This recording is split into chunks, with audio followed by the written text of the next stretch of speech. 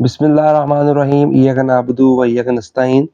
Students, हमारा chapter number 2 चल रहा है वेक्टर एंड इक्विलिब्रियम वाला, और हमारा आज का टॉपिक है टार्क। अब ये जो टार्क है ये बहुत अहम टॉपिक है समझने के हवाले से, ठीक है, और क्योंकि इसमें बहुत अहम चीज़ें हैं वो आज इस लेक्चर में आप कवर करेंगे। अब इसको समझने से पहले हम जो है कुछ डेफिनेशंस जो है वो कवर कर लें, इसके बाद हम टार्क की डेफिनेशन करेंगे। अब देखें जी, यहाँ पे एक एग्जाम्पल पहले समझ लेते हैं। ये यहाँ पे एक स्पैनर मैंने बनाया है।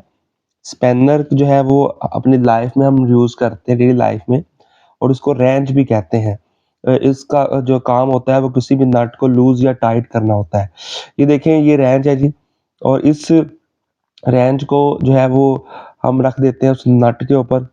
ये नट है जिसको हमने टाइट या लूज करना है, और इस पॉइंट के ऊपर हम लगाते हैं जी फोर्स, ठीक है, अपने हाथ के साथ यहाँ पे फोर्स एक्ट करते हैं। अब ये वाली लाइन, इस लाइन पे फोर्स लगाई जाती है, इस लाइन को कहते हैं line of action of force. इसकी तारीफ क्या होगी? The line along which force acts on a body. वो वाली लाइन जिसके अलोंग क्या लगाई जाती है? फोर्स, उसे हम कहते हैं line of action of force. और फिर यहाँ पे ये जो बॉडी होती है ये रोटेट करती है इस पॉइंट पे या इस लाइन पे। तो ये वाला पॉइंट है जहाँ पे बॉडी क्या करती है? रोटेट करती है। तो इसे हम कहते हैं axis of rotation. Axis of rotation की क्या तारीफ बनेगी? एक ऐसा पॉइंट जिसके अराउंड जो है वो क्या करती है? बॉडी रोटेट करती है, उस पॉइंट को हम कहते हैं एक्सिस ऑफ रोटेशन। तो यहाँ पे क्या तारीफ होगी एक्सिस ऑफ रोटेशन की? The point around which a body rotates is called axis of rotation. It is also called a pivot. दोबारा देख लें, ऐसा पॉइंट जिसके अराउंड बॉडी रोटेट करती है उसे हम एक्सिस ऑफ रोटेशन कहते हैं।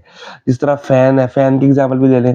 फैन अपने एक्सिस पे रोटेट करता है तो वो पॉइंट जो है उसका एक्सिस ऑफ रोटेशन कहलाता है। तो क्या तारीफ होगी? The point around which a body rotate is called axis of rotation. इसको पिवट भी कहते हैं।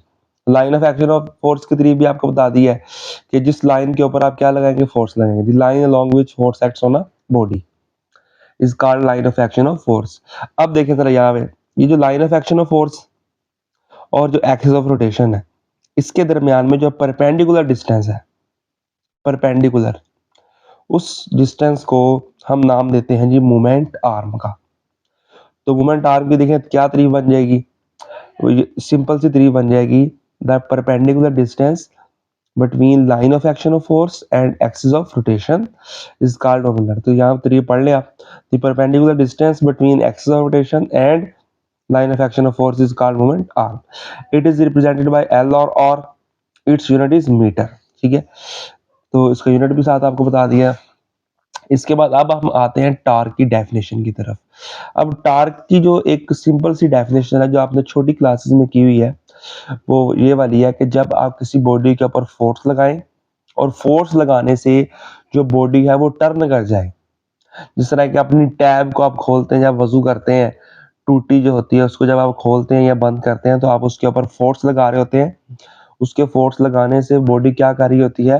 रोटेट कर रही होती है, तो टर्न कर रही होती है। तो इसी की तारीफ आपने की थी छोटी क्लासेस में। The turning effect of force is called torque. Forces का गर्दिशी असर जो है वो टार्क कहलाता है। अब जो यहाँ पे टार्क है वो हमें तब हासिल होगा जब हमारे पास दो चीजें होंगी। पहले हम इसका फार्मूला देख लें। एक, हम फोर्स बॉडी के ऊपर एक्ट करें, दूसरा होना चाहिए एल यानी कि मोमेंट आर्म। मोमेंट आर्म की तारीफ आप पढ़ चुके हैं पीछे। तो टार्क की यही तारीफ बनती है बड़ी क्लासेस में, the product of force, magnitude of force, और एल यहाँ पे क्या है? Moment arm. और इसकी आपने पीछे तारीफ की है, perpendicular distance between axis of rotation and line of action of force. तो क्या तारीफ बन जाएगी? The perpendicular of magnitude of force end moment arm भी आप यहाँ लिख सकते हैं, लेकिन मोमेंट आर्म की तारीफ यहाँ पे लिख दिया, perpendicular distance between axis of rotation and line of action of force is called torque, ठीक है। तो अब यहाँ पे टार्क का जो यूनिट है देखें वो क्या होगा? यूनिट निकलता है फार्मूले से। फोर्स का यूनिट होता है न्यूटन, और मोमेंट आर्म यानी कि जो डिस्टेंस है इसका यूनिट क्या होगा? मीटर। तो क्या बन जाएगा? Newton metre. न्यूटन किसके बराबर होता है? किलोग्राम मीटर पर सेकंड स्क्वायर के। मीटर, मीटर का क्या हो गया? स्क्वायर। तो क्या बन गया? किलोग्राम मीटर स्क्वायर पर सेकंड स्क्वायर। आगे जो टार्क है वो कितने फैक्टर पे डिपेंड करता है? टार्क जो है वो डिपेंड करता है जी 2 फैक्टर के ऊपर। फार्मूले से आप देख लें, एक तो डिपेंड करता है फोर्स की मैग्नीट्यूड पे और दूसरा डिपेंड करता है मोमेंट आर्म पे। तो क्या होगा? Dependence of torque, the torque depend on 2 factors, magnitude of force end moment arm. इस फार्मूले से यहाँ से हम अंदाजा लगा सकते हैं आर क्रॉस एफ। ये फार्मूला कैसे बनता है ये आगे हम पढ़ते हैं।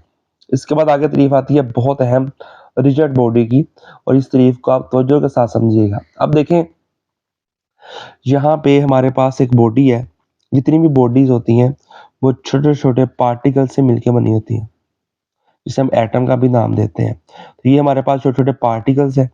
अब अगर आप किसी भी जिस्म के ऊपर फोर्स लगाएं, फोर्स उसके ऊपर अप्लाई करें, फोर्स अप्लाई करने से जो बॉडी के पार्टिकल्स हैं इनके दरमियान में डिस्टेंस चेंज ना हो, तो ऐसी बॉडी को रिजिड बॉडी कहते हैं। हर बॉडी रिजिड बॉडी नहीं है। रिजिड बॉडी उसी बॉडी को कहते हैं जब आप किसी बॉडी के ऊपर फोर्स लगाएं और फोर्स लगाने से बॉडी के जो पार्टिकल्स हैं इनके दरमियान में डिस्टेंस में तब्दीली ना आए, तो ऐसी बॉडी को हम कहते हैं रिजिड बॉडी। तो क्या तारीफ होगी? If the distance between all pair of particles do not change by applying force then it is said to be rigid body. Rigid body की एग्जांपल है वुड, लकड़ी और आयरन।